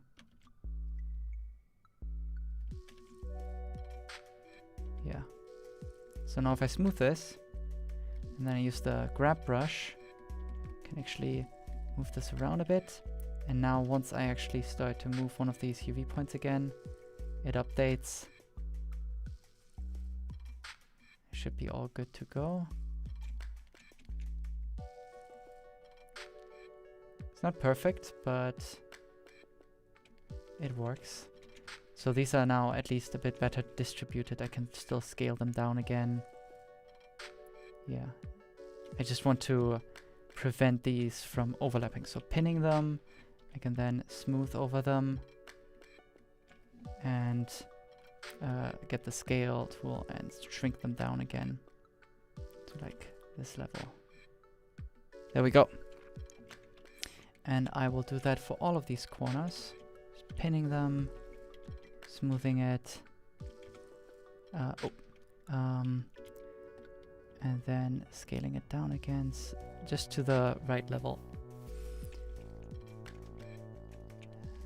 Nice.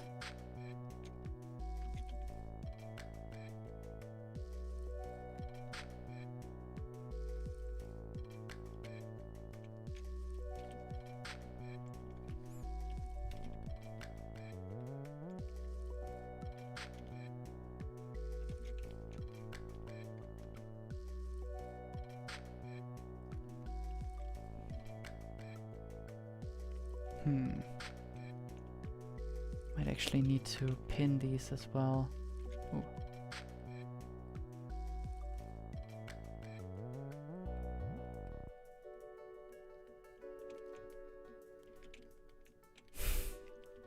It looks terrible, but it's at least functioning UVs. The size is pretty much the same. The only thing that doesn't quite work is the center over here, so I might just actually grab some points over here and move these around.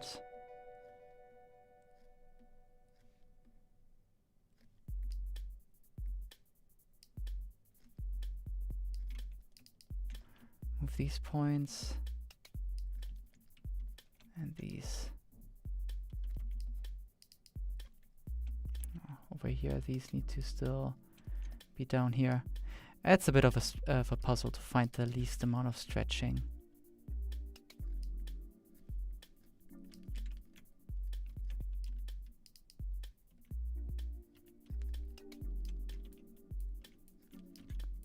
There we go. But I think this is pretty okay. Pretty decent. Just looks kind of terrible. Yeah, not too happy about how much space is reserved towards this part. But there's not much I can do about it.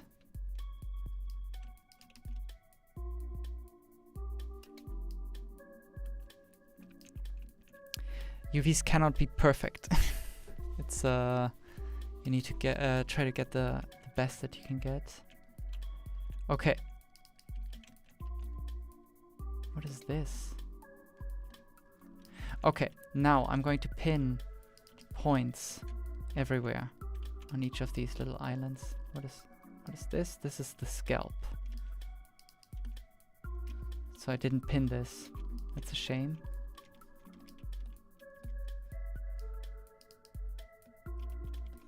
I don't mind if this is smaller. So I'm gonna pin all of these, move them along the x-axis to 0.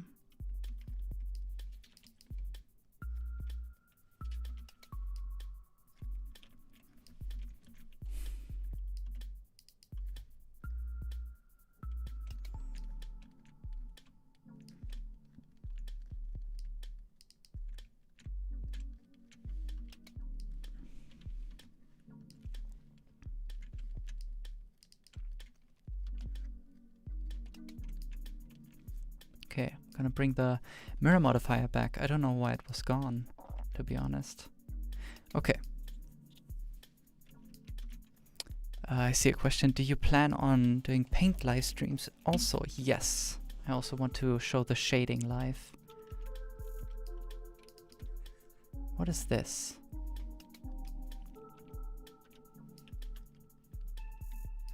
Okay. If I can't find where something is, I'm going to... Ooh, it's the back side of the ear. Interesting. Okay. I'm gonna move this over here. Actually, pin these points. This is the back side. Let's see. This is the back side of the eyes. This can go over here. This is the front side of the ear, which also already has pinned points. So everything has kind of pinpoints. That's good. And this is the inside of the nose. I don't care too much about that one.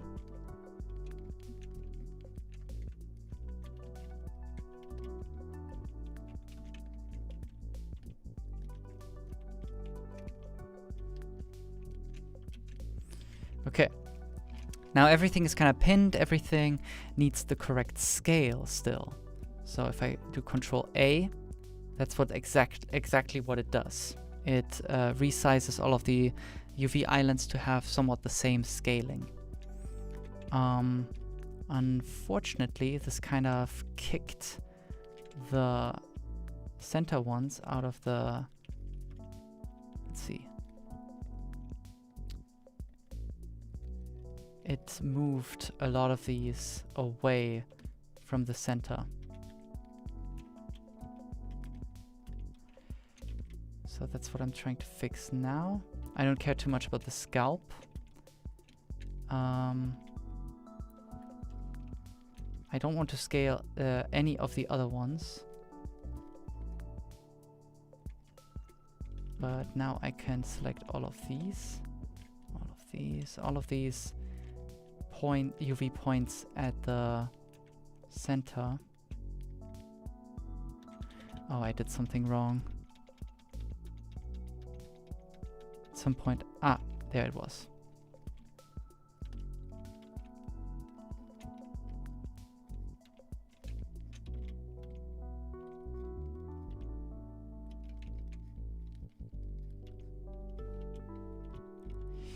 Okay, getting all of this as close to the center as possible.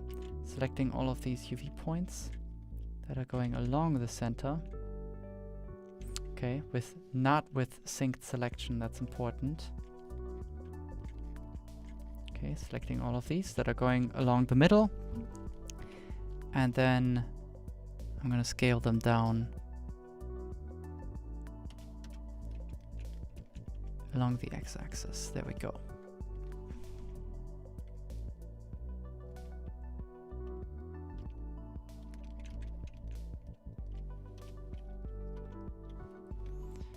Okay.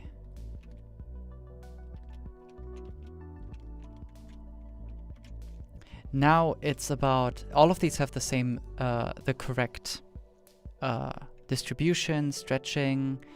All of this is looking great. They are symmetrical, or like at least set up that the moment I apply the mirror modifier, it would be symmetrical.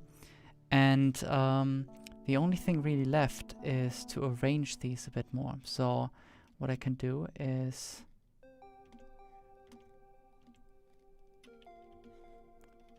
I can start to arrange all of this in a way that it's using as much space as possible.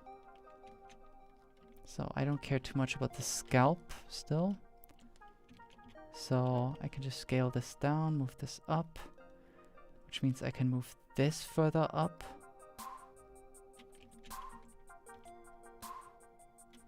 Like that. And I can move the body further up.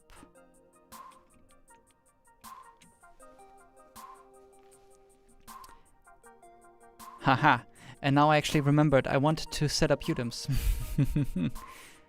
So that means all of which is part of the body, I want to move over to the right. So actually, let me just display that. I'm going to have 3 UDIMs over here on the side. Grid shape UDIMs, add 2. Now I'm going to move these and just move them to the along the x-axis, type in 1, and now all of this is 1 to the right. So it's still centered over here. There we go. So that means I can move all of this up along the y-axis. The 2D cursor, I can also position that one further to the right, so 1.5, then it's in the middle over here, and I can scale all of this up. Like that.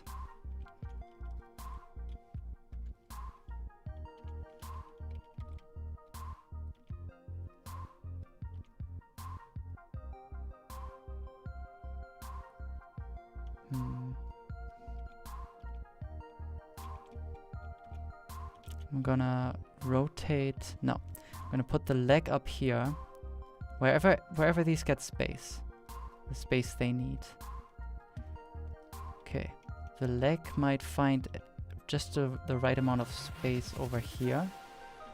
The arm over here, I need to imagine that the other side of the back over here gets mirrored across in a moment. Let's see.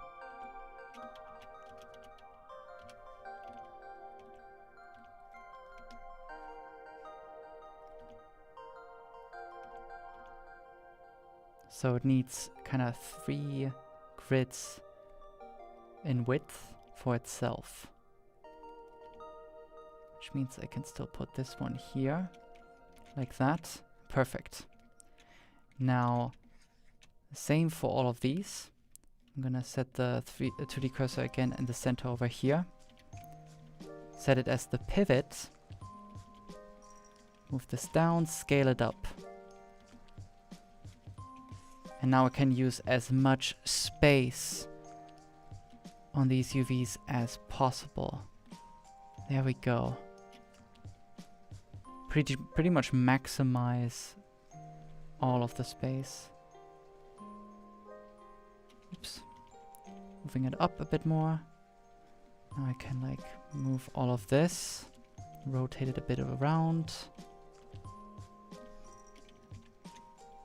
The scalp could be even smaller. Like that. And the inner mouth can also be smaller. It doesn't need as much texture size.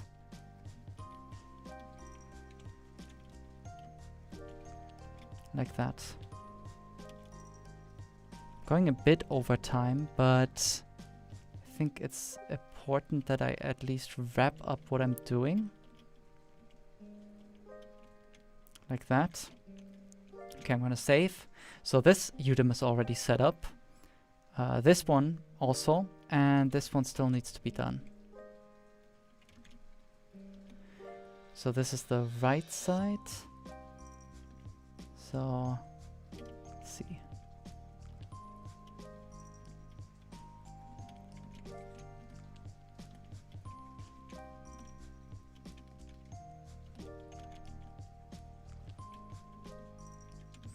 Actually, someone asked at some point if UDIM tools or UDIMs could be improved in Blender. If I would now pack this, I wonder what happens. I think this is gonna break. So if I press Control P, it actually packs it on the first UV island, the first UDIM. But I want it to be packed on the second. So it's not great. Well, and I could like select all of these, Control A, and at least all of these will have the same scale.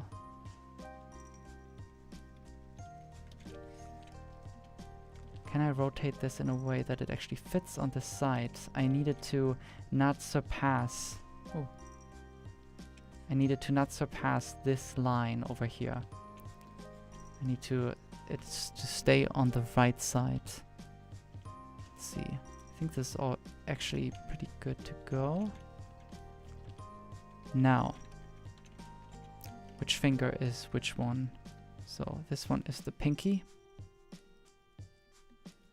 The index, ring, thumb, middle. This one is already orientated the right way. This one as well. This one is not, so I need to rotate it. This one, this is why the letters are really important over here. And they can be really helpful. You can actually check the orientation. So now this one is also oriented the same way as the correct finger. I wonder if I can use still more space for the hand, but I don't think so.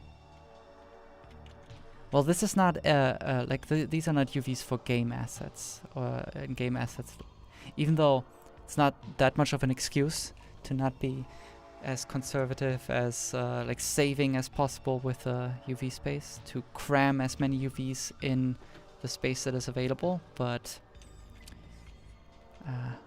whatever.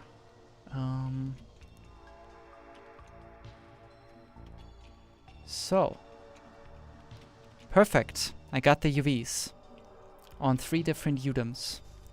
Now it is time to actually apply the mirror modifier.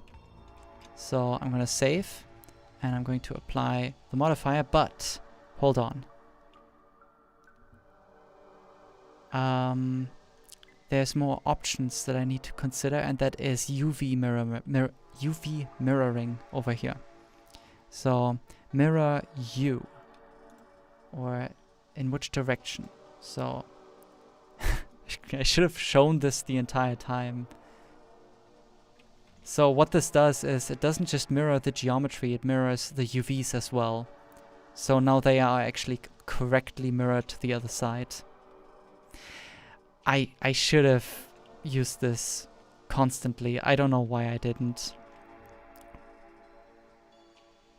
Ooh, flip UDIM.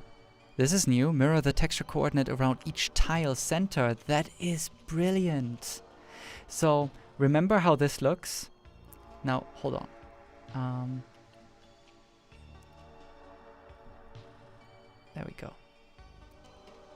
Got the UVs on the top, and the model over here on the bottom. Now, remember how the UVs looked like? I'm gonna apply the modifier, and here we go. All the UVs are mirrored across. This is why I did it only so late. If you want to do this without destroying your geometry, like without having a mirror modifier, there are add-ons that help with this, but they only work if your topology is actually symmetrical. So I will have other objects that I need to UV unwrap later on, like the shirt, like I could show you. That will be in the next live stream, but the shirt and the pants, they have asymmetric models, so this will be a bit more different in workflow. But I can... I see someone ask again, please. Sorry if this was a bit fast, but essentially, like, let me undo this for a moment until I get my mirror modifier back. There we go. Okay. It's a bit frozen. Come on. Yes. Okay. So I had the UVs already set up in 3 different UDIM tiles over here, and I placed the 3D cursor over here in the center always, so that I could align the middle point of all of this, the scalp, the face, just really align it with that center axis on each UDIM. Same thing for the body. And now that all of these are set up, I can enable some extra options down here. So by default, it's just like this. And hold on. So by default, it's like this. And if you add a mirror modifier, it's not just going to mirror the geometry, but also the just basically duplicate the position of the UVs, unless you use the extra option over here to actually mirror the UVs as well. And now, if I compare this, like if I bring back the UV pattern over here, you can see that it goes from like from red to like all the way to yellow, green, blue, and pink, basically on all 3 of these. And before, it was really just duplicating the positions over here on the right. But now if it mirrors it, it actually mirrors the UVs across, and now they are actually here on the left side. And if I enable flip UDIM, it actually does this for each of these 3 UDIMs. Hold on, why did the UDIMs disappear? Oh, because I have a texture shown. Okay, so this will now flip it to the other side for each of these 3 UDIM tiles. So if I now apply this, apply the mirror modifier, it's perfectly mirrored. I hope this was helpful. But this way I could pretty efficiently, I think, like in a pretty clean way, set up the UVs for the entire body. And I can just, and I have the subdivision surface modifier enabled. I am still not super happy with some of the pinching that's going on here with the chin. So I might still try to fix that. Oh, I'm still in edit mode. There we go. But yeah, it's kind of like pinching a bit inwards over here and then going outwards. Ideally, I would want this to be pretty much straight. But it's not too bad. Like, I think it's just about like getting this point and moving it a bit further to the side, and then it should be good. So I can still tweak that. In terms of the ears, everything is fine. Yeah, I don't care too much about the scalp. This is not visible. And sadly, the neck and the shoulders get a bit, like the neck essentially gets a bit more texture space than the face, but that is typically a very hard thing to get rid of unless you cut off the UVs on the neck. Like if you place a seam over here, if I would place a seam right here, somewhere along here, I could be able to distribute the UVs a bit more evenly across between the face and the neck. But to be honest, I don't want a seam over here. I want, like, I would rather, in this case, have a bit more texture density over here, I think. The body's taking less texture space, but if I need more resolution, I can give the body a bigger texture because it's using separate UDIMs. Like each of these parts is like using, like if I select all of this, this is like a separate UDIM tile, and this can get a higher resolution texture if I wanted to. And the same thing for over here, really. Like the hands are its own UDIM tile, so this can have its own texture. But it's still the same object. That's why UDIMs are so useful. But yeah, this is pretty much it. So UV's pretty much final setup for the body. Next time, I think I'm going to get into the eyes and the eyebrows and the hair. And then on the last one, the third part, that might actually be ideally about the clothes. Maybe the other way around. I should do the clothes in the next part because that's still pretty fun to see. But I hope this was insightful. I hope this was fun. I hope the internet issues were not too annoying.